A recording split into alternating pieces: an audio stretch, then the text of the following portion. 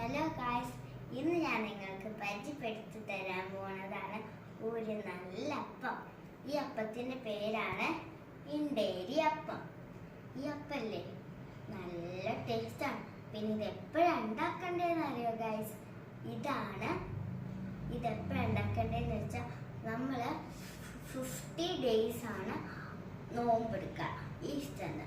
പിന്നെ അതിന് half days ആയി കഴിഞ്ഞാൽ നമുക്കിതെല്ലാവരും ഉണ്ടാക്കേണ്ടതാണ്.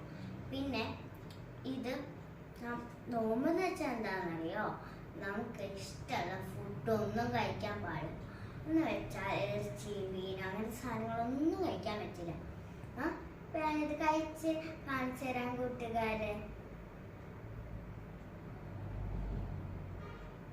നല്ല ടേസ്റ്റാണ്. എല്ലാവരും ട്രൈ ചെയ്യണേ. ടാറ്റാ. ഹലോ ഗായ്സ്, ഇന്ന് ഞാൻ നിങ്ങൾക്ക് പരിചയപ്പെടുത്തി തരാൻ പോകുന്നതാണ് ഒരു നല്ല അപ്പം. ഈ അപ്പത്തിൻ്റെ പേരാണ് ഇണ്ടേരി അപ്പം. ഈ അപ്പല്ലേ നല്ല ടേസ്റ്റാണ്. പിന്നെ ഇത് എപ്പോഴാണ് ഉണ്ടാക്കേണ്ടതെന്ന് അറിയോ ഗായ്സ്?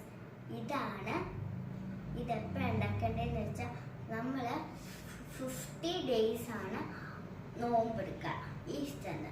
പിന്നെ അതിന് ഹാഫ് ഡേയ്സ് ആയി കഴിഞ്ഞാൽ നമുക്കിതെല്ലാവരും ഉണ്ടാക്കേണ്ടതാണ്. പിന്നെ ഇത് നോമ്പെന്ന് വെച്ചാൽ എന്താണെന്നറിയോ? നമുക്ക് ഇഷ്ടമുള്ള ഫുഡൊന്നും കഴിക്കാൻ പാടില്ല. എന്ന് വെച്ചാൽ ഇറച്ചി, മീൻ അങ്ങനത്തെ സാധനങ്ങളൊന്നും കഴിക്കാൻ പറ്റില്ല. ഞാനിത് കഴിച്ച് കാണിച്ചു തരാൻ കൂട്ടുകാരെ.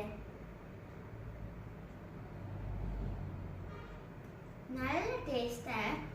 എല്ലാവരും ട്രൈ ചെയ്യണേ. ടാറ്റാ. ഹലോ ഗായ്സ്, ഇന്ന് ഞാൻ നിങ്ങൾക്ക് പരിചയപ്പെടുത്തി തരാൻ പോകുന്നതാണ് ഒരു നല്ല അപ്പം. ഈ അപ്പത്തിൻ്റെ പേരാണ് ഇണ്ടേരി അപ്പം. ഈ അപ്പല്ലേ നല്ല ടേസ്റ്റാണ്. പിന്നെ ഇത് എപ്പോഴാണ് ഉണ്ടാക്കേണ്ടതെന്ന് അറിയോ ഗായ്സ്? ഇതെപ്പോഴാണ് ഉണ്ടാക്കേണ്ടതെന്ന് വെച്ചാൽ നമ്മൾ 50 days ആണ് നോമ്പെടുക്കുക ഈസ്റ്ററിന്. പിന്നെ അതിന് ഹാഫ് ഡേയ്സ് ആയി കഴിഞ്ഞാൽ നമുക്കിതെല്ലാവരും ഉണ്ടാക്കേണ്ടതാണ്. പിന്നെ ഇത് നോമ്പെന്ന് വെച്ചാൽ എന്താണെന്നറിയോ? നമുക്ക് ഇഷ്ടമുള്ള ഫുഡൊന്നും കഴിക്കാൻ പാടില്ല. എന്ന് വെച്ചാൽ ഇറച്ചി, മീൻ അങ്ങനത്തെ സാധനങ്ങളൊന്നും കഴിക്കാൻ പറ്റില്ല. ഞാനിത് കഴിച്ച് കാണിച്ചു തരാൻ കൂട്ടുകാരെ.